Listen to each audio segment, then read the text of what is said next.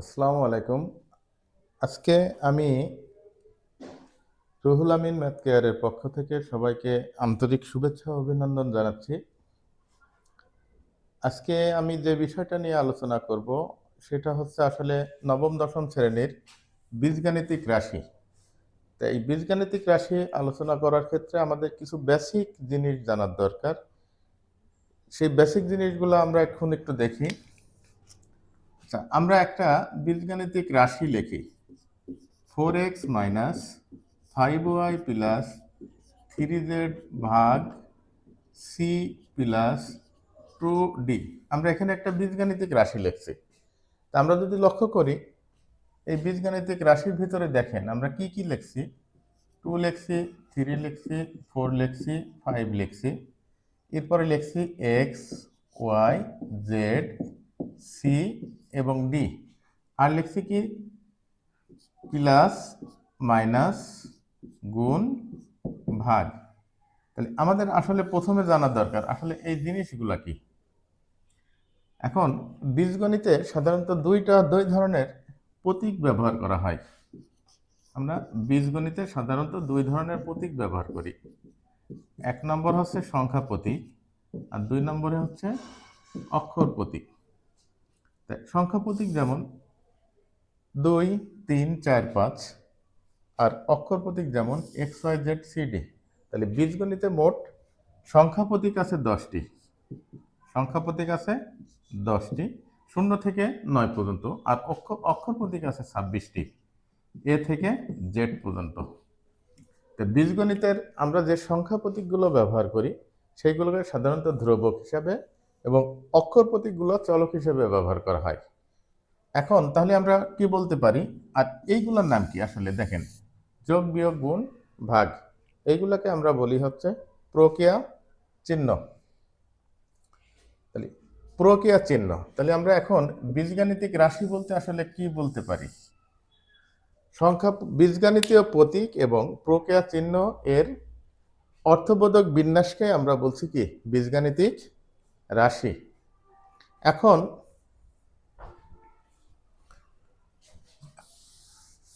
তাহলে আমরা বুঝতে পারলাম যে বীজগাণিতিক রাশি হচ্ছে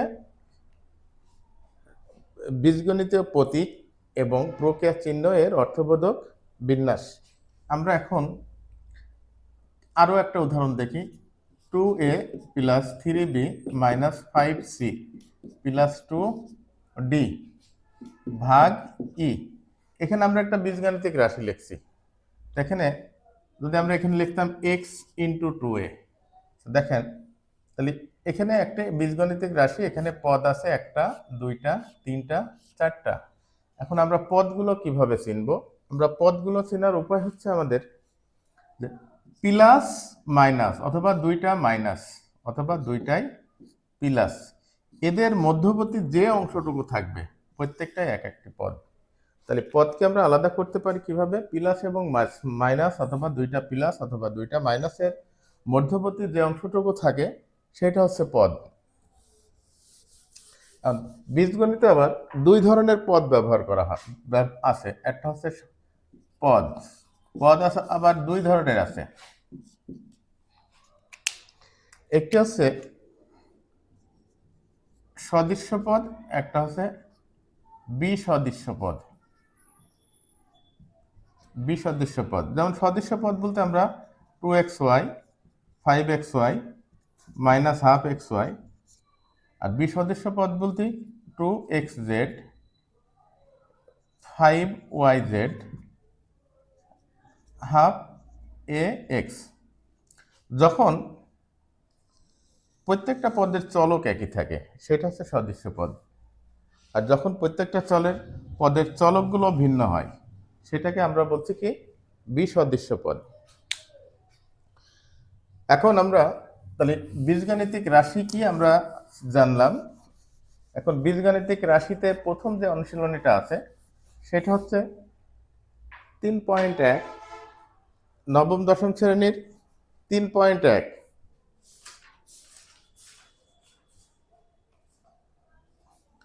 3.1 এর পৃষ্ঠা নম্বর হচ্ছে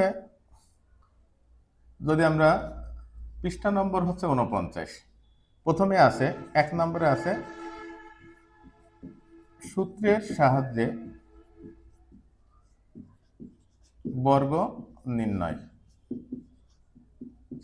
এই বর্গ নির্ণয় করার ক্ষেত্রে একটু খেয়াল করবেন সবাই, এই বর্গ নির্ণয় করার ক্ষেত্রে আমরা 3টা সূত্র ব্যবহার করি। 1 নম্বর সূত্রটা হচ্ছে a plus B whole square, এটা সমান হচ্ছে a square plus 2ab plus B square. 2 নম্বর সূত্রটা হচ্ছে a minus B whole square, এটা সমান হচ্ছে a square minus 2ab plus B square. আর 3 নম্বর যে সূত্রটা আমরা ব্যবহার করি a plus B plus C whole square, তাহলে a square plus B square plus C square plus 2ab plus 2bc plus 2ca। তাহলে এখন এই সূত্রগুলো কিভাবে আসে আমরা সেই জিনিসটা একটু আলোচনা করি। যেমন আমরা যদি খেয়াল করি তাহলে a plus B whole square, কোনো কিছুর উপরে পাওয়ার মানে কি, এটা দুইটা জিনিস গুণ অবস্থায় আছে। তাহলে এখানে a প্লাস বি এটা দুইবার আছে, a plus B, a plus B. এখন এটা আমরা যদি গুণ করি তাহলে a দিয়ে প্রথমে এর সাথে তারপরে বির সাথে আমরা যদি গুণ করি তাহলে হবে a square plus A B. আবার বি দিয়ে যদি আমরা এইভাবে গুণ করি তাহলে এটা হবে এ বি আর পরে হবে বি স্কয়ার। এখন দেখেন এটা দুইটা সদৃশ্য পদ, যদি সদৃশ্য পদ থাকে সেটা যোগ হয়ে যায়, তাহলে a square plus A b আর a b 2ab plus B square. তাহলে আমরা a প্লাস বি হোল স্কয়ারের সূত্রটা লিখতে পারি, দেখেন a plus B whole square সমান a square plus 2ab plus B square.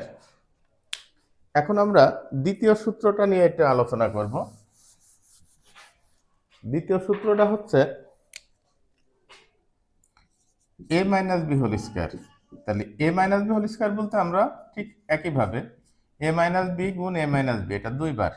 এখন আমরা a দিয়ে আবার গুণ করব আগেরটার মতোই, এটা দিয়ে গুণ করি তাহলে হবে a square minus a b. দেখেন এর আগে কোনো চিহ্ন নেই, তাহলে কি আছে প্লাস, বির আগে কি আছে মাইনাস, আমরা জানি কি প্লাস মাইনাসে মাইনাস, এই জন্য এ বি এর আগে মাইনাস। ঠিক বি আর এ গুণ করলে হবে মাইনাস এ বি, আর বি আর বি গুণ করলে হবে দেখেন প্লাস বি স্কয়ার। কারণ কি এই বির আগেও মাইনাস এই বির আগেও মাইনাস, তাহলে মাইনাস মাইনাস গুণ করলে হবে প্লাস। তাহলে আমরা এটা লিখতে পারি a square minus 2ab plus B square. তাহলে আমরা 2 নম্বর সূত্রটা পেলাম। এবার আমরা তৃতীয় সূত্রটা একটু খেয়াল করি। তৃতীয় সূত্রটা হচ্ছে a plus B plus C whole square. তাহলে a plus B plus C whole square ক্ষেত্রে আমরা যদি লিখতে পারি যে a plus B plus C whole square, এটা সমান আসলে আমরা লিখব কি a plus B plus c, এটা দুইবার a plus B plus C.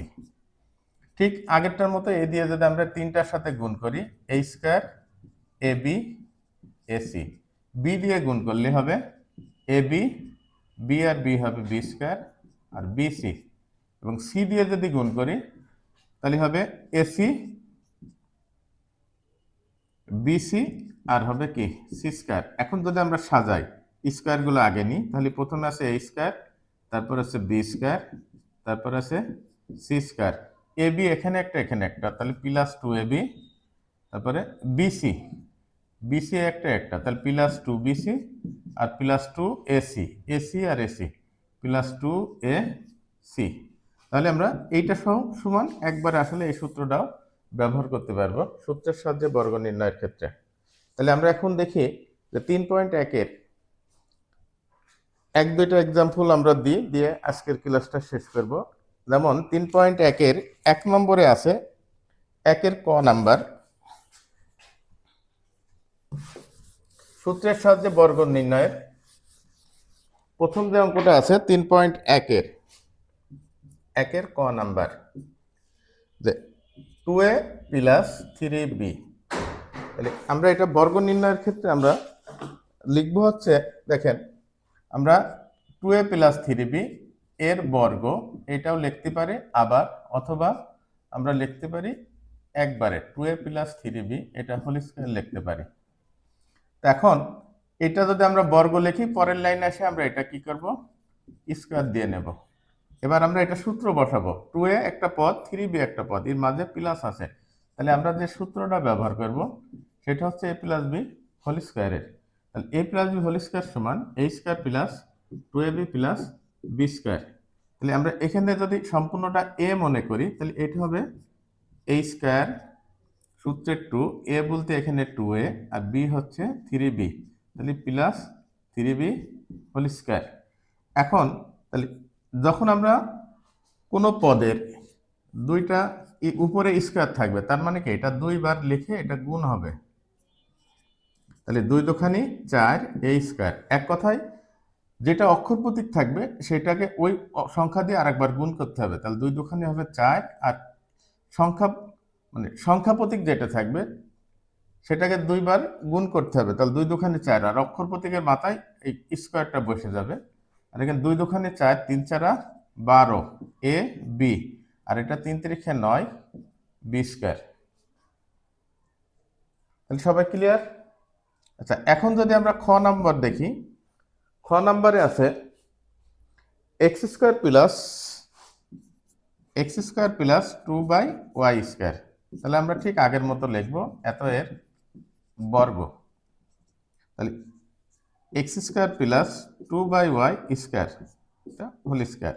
তাহলে আমরা এক্স স্কয়ারকে যদি a মনে করি, তাহলে a স্কয়ার প্লাস সূত্রের 2a b plus B square. ঠিক এটা স্কয়ার করলে 2 দুখানি 4 x4, এটা 2 আর 2 4 x square by y square, আর এটা হচ্ছে 2 দুখানি 4 y টু দি পাওয়ার 4। যখন দেখেন a স্কয়ার স্কয়ার মানে কি এখানে পাওয়ার আর পাওয়ার এটা গুণ হয়ে যায়, তার কারণে 2 দুখানি 4। যদি এখানে a স্কয়ার কিউব থাকতো তাহলে এটা হতো কত, 6।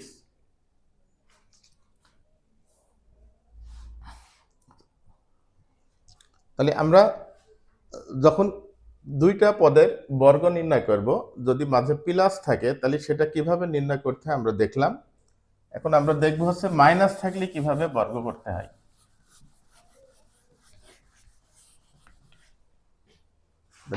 একের যে গ নম্বর অঙ্কটা আছে, একের গ 3.1, আচ্ছা একের গ অঙ্কটা আছে হচ্ছে 4y মাইনাস 5x। এটা আমরা এত এর কি নির্ণয় করব, বর্গ নির্ণয় করব। তাহলে 4y মাইনাস 5x এটা কি লিখব, স্কয়ার লিখে নেব। তাহলে আমরা এখন যে সূত্রটা ব্যবহার করব সেটা হচ্ছে a minus b whole square, তাহলে a square minus 2ab plus b square. আচ্ছা এখন তাহলে আমরা জানি কি a মাইনাস b হোল স্কয়ারের সূত্র a square minus 2ab plus b square. তাহলে এখানে আমরা 4y কে যদি a মনে করি আর 5x কে যদি b মনে করি, তাহলে আমরা এই সূত্র অনুযায়ী লিখতে পারি a স্কয়ার। a স্কয়ার বলতে আমরা লিখব 4y স্কয়ার, মুখে a মনে করব কিন্তু আসলে লিখব কি 4y। তাহলে a স্কয়ার মাইনাস সূত্রের 2a আর b বলতে এখানে 5x plus b square, b হচ্ছে 5x স্কয়ার। তাহলে 4 কে স্কয়ার করলে হবে 4 4 16 y স্কয়ার, 2 4 দুখানে 8 5 8 40 xy, আর 5 5 25 x স্কয়ার। তাহলে হয়ে গেল। এখন আমরা 3 সংখ্যার একটা বর্গ দেখব। 3 সংখ্যার একটা বর্গ, 3 সংখ্যার বর্গের ভিতরে একের ইও নাম্বার, দেখেন একের ইও 3a minus 3b minus 5c minus 2c, 3b minus 5c minus 2a। আমরা প্রথমে লিখিনি এত এর বর্গ। তাহলে আমাদের সূত্রটা মনে আছে সবার? সূত্রটা কি, a plus b plus c whole square. এটা সমান কি a square plus b square plus c square plus 2ab plus 2bc plus 2ca। এখন দেখি কি, আচ্ছা আমরা তাহলে পরের লাইনে এটা স্কয়ার দিয়ে নেব, 3b minus 5c minus 2a square.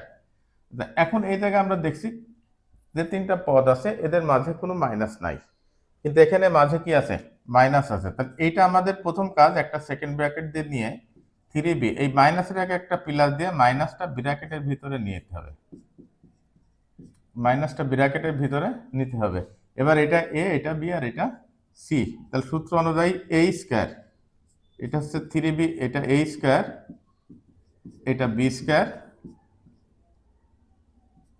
এটা হচ্ছে c square plus 2a b plus 2b c আর প্লাস 2c a। তাহলে এখন 3কে স্কয়ার করলে 3 3 9 বি স্কয়ার, এটা প্লাস 5c স্কয়ার। এখন মাইনাস, যেহেতু মাইনাস, মাইনাসের উপরে কি আছে, স্কয়ার, তার মানে এটা দুইবার মাইনাস মাইনাস গুণ করলে প্লাস হয়, তাহলে এটা প্লাস হয়ে যাবে। 5কে স্কয়ার করলে 25 সি স্কয়ার, ঠিক অনুরূপভাবে এটা প্লাস হয়ে যাবে 4a স্কয়ার। এখন এই প্লাস আর মাইনাস, যেহেতু এটা সম্পূর্ণ গুণ হবে, এখন মাইনাস প্লাসে এটা কি হবে, মাইনাস। 2 3 দোকানে 6, 5 6 30 বি সি। এবার এইটার ক্ষেত্রে দেখি দুইটা মাইনাসে প্লাস হয়ে যাচ্ছে, তাহলে প্লাস আর এই প্লাস গুণ করলে প্লাস হবে। 2 5 দোকানে 10, 10 দোকানে 20 সি এ প্লাস মাইনাস, তাহলে এটা আবার মাইনাস হবে, মাইনাস 2 দোকানে 4, 3 4 12 এ বি। তাহলে হয়ে গেল বর্গ, 3টি পদ বিশিষ্ট যদি কোনো বীজগাণিতিক রাশি থাকে তার বর্গ। তাহলে আমরা আজকে দেখলাম কি, যে বীজগাণিতিক রাশি কি, আসলে একটা বীজগাণিতিক রাশিতে কি কি থাকে, বীজগাণিতিক রাশিটা কি কি ভাবে লিখতে হয়।